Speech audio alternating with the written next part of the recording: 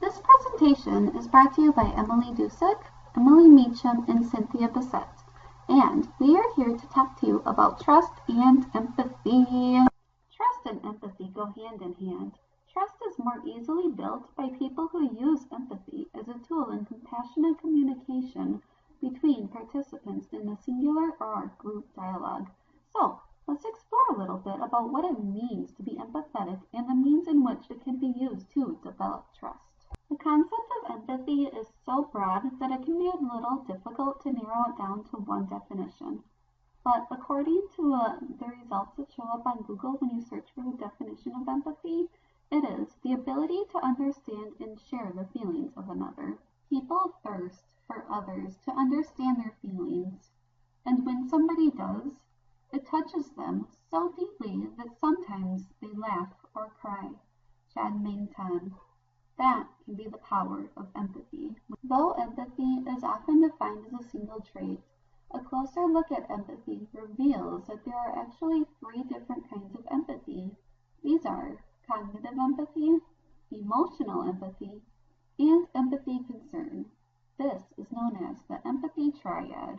Cognitive empathy. This is basically where one is able to think about how another person feels, but to not feel those emotions directly.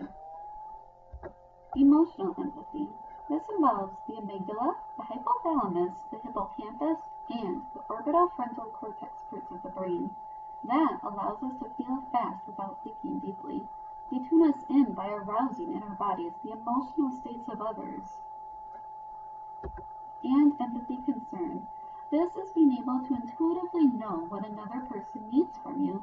One neural theory holds that the response is triggered in the amygdala by the brain's radar for sensing danger and in the prefrontal cortex by the release of oxytocin, the chemical for caring. This implies that empathic concern is a double-edged feeling. We intuitively experience the distress of another as our own, but in deciding whether we will meet that person's needs, we deliberately weigh how much we value his or her own well-being.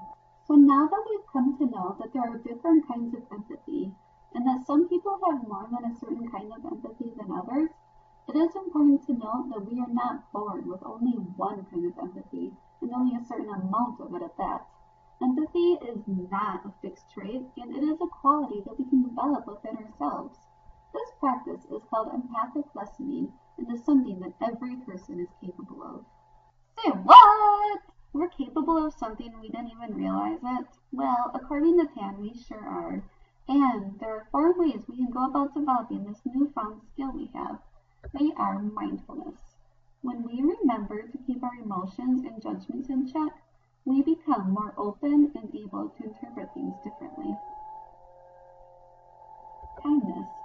When we show kindness to ourselves and those around us, it makes us more interested in listening to feelings. Curiosity.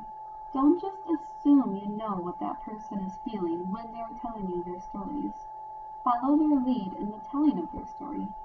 This will help you understand their perspective better. And practice. We are not going to get better at something unless we keep doing it. The more that part of the brain is engaged, the more natural it will become to listen empathically. Whatever one thinks and ponders upon, that will become the inclination of his mind. Buddha. Practicing empathy is allowing oneself to allow the thoughts of empathy enter the mind when meeting new people. This means that thinking positively of a person and actually hope that they are happy and well off. When one is constantly practicing empathy, eventually it will become a natural habit to feel empathetic towards others. You might be thinking to yourself, empathic listening is fine and dandy, but is there really a purpose to it? The answer is a big fat yes. And the answer is because of mirror neurons. What are mirror neurons? They are the neuron that fires both when an animal acts and when an animal observes the same action performed by another. Thus, the neuron mirrors the behavior of the other, as though the observer were itself acting. So when one person listens to another empathically, that other person will naturally respond with empathetic listening in turn. So basically, the concept of mirror neurons is a modern explanation of the old adage, what you put into this world is what you'll get out of it.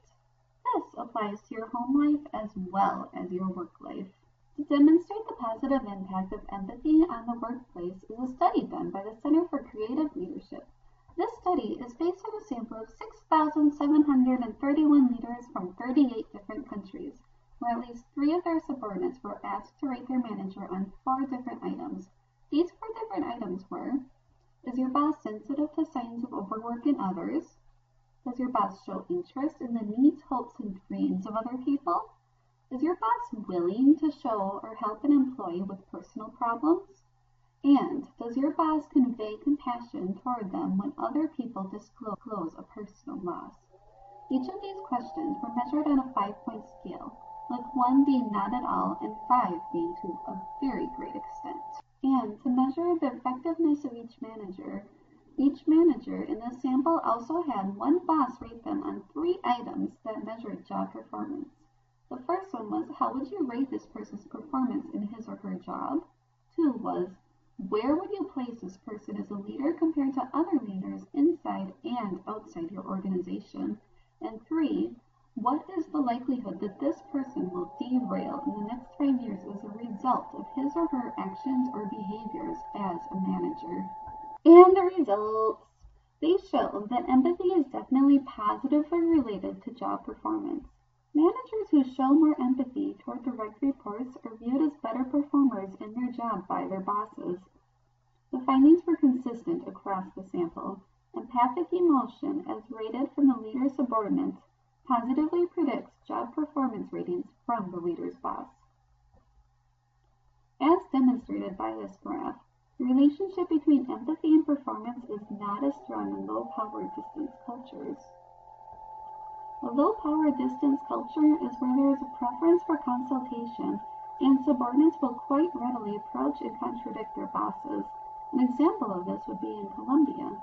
But in cultures where there is a high power distance with an inherently defined line between bosses and subordinates, like in New Zealand, the role of empathy is very important. Even though the role of empathy doesn't have as strong of an impact in all cultures, it still makes a noticeable difference in job-related performance. Overall, this study found that the ability to understand what others are feeling is a skill that clearly contributes to effective leadership.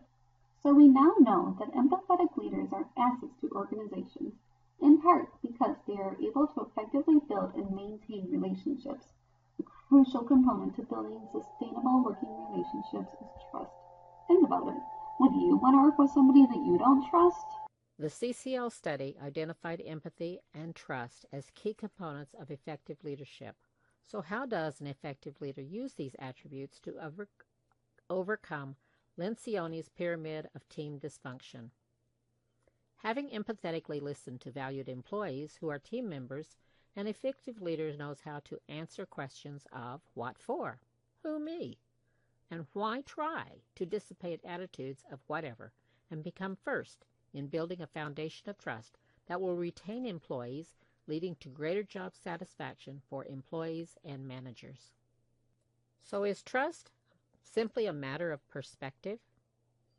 Sometimes it is that simple, but to be sure, an effective leader or a wise team member will use non-judgmental, mindful, empathetic listening to make that determination. When the answer is more complex, an effective leader answers who's first by trusting that his actions will be reciprocated by team members. Key learnings of trust. Intergroup trust plays a critical role in the interpretation of a conflict. The ascriptions of benevolence and honesty that are attributed to trust influence the interpretations of events of a potential conflict. Overall, having the courage to speak or act first is a trust-building step in the group situation. A team without enough direction can waste time and resources by wallowing in uncertainty. An empathetic, effective leader will trust a team with necessary facts to ensure progress toward desired results. Clarifying the goal, committing resources to accomplish it, setting timeline expectations, and identifying limitations that could circumvent its completion are the way trust is extended to team members by management, often through an effective assigned leader. Knowledge of trust. Simmons and Peterson hypothesized that with intergroup trust present, individuals are less likely to negatively interpret a potential conflict behavior. Consequently, with no trust, members assume behaviors as negative, which creates conflict within the group.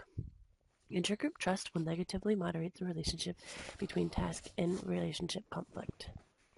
Their findings were supported as trust reduces the likelihood of misattributing task conflict behavior. An indication of trust reciprocation by team members is accepting responsibility, which means being willing to be held equally accountable. With team members and management universally accepting accountability, unity that leads to job satisfaction is assured, even when setbacks and failures occur. There is no I in teamwork, so an effective leader builds the framework to get desired results from a team, and then trusts the team to do what is necessary to achieve that goal for the common good of all. Togetherness under such wise leadership is capable to inspire, motivate, and stimulate followers to move beyond self-interest to self-actualization. Commitment oriented to accomplishing the goal is realized when team members do not let personalities and egos interfere with the process, but utilize member talents to attain mutually desired results. Team goals can be reached without conflict, but seldom without disagreements. Cooperative communication shows a willingness on the part of team members to participate fully in discussions in a non-judgmental way. This is mindfulness in action, since the ability of individuals to communicate without passion that may be misunderstood as rancor is rampant among different individuals raised in different cultures and enduring different life circumstances. In other words, different perspectives may cause dissension until open-mindedness, kindness, and patience reveal facts previously unrecognized by the team.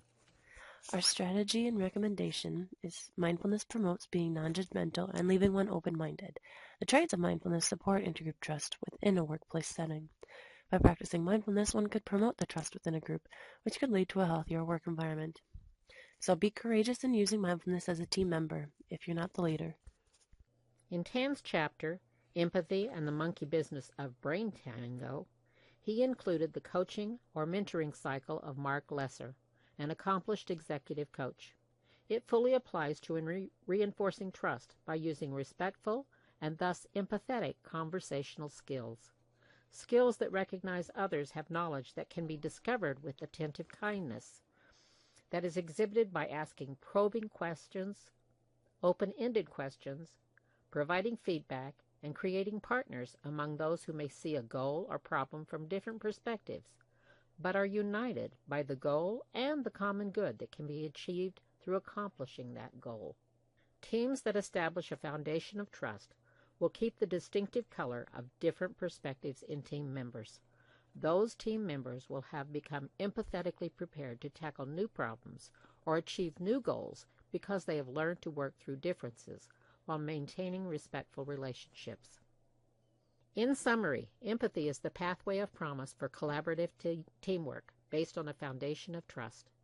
Team members who practice cooperative communication, are dedicated to goal-oriented commitments, and exhibit universal accountability are destined to produce desired results, including the retention of valuable, empathetically trained employees like themselves. These are our references that we used to make this presentation. A special thanks to all the people who made and released these awesome resources for free. Mini Cons by Web Alice, Presentation Template by Slides Carnival, and Photographs by Unsplash. And also, a special thank you to you guys for watching our presentation. We hope you enjoyed it. And if you have any questions regarding trust and empathy in the workplace, you can find each of us at the below emails. Thank you and have a great day. Bye.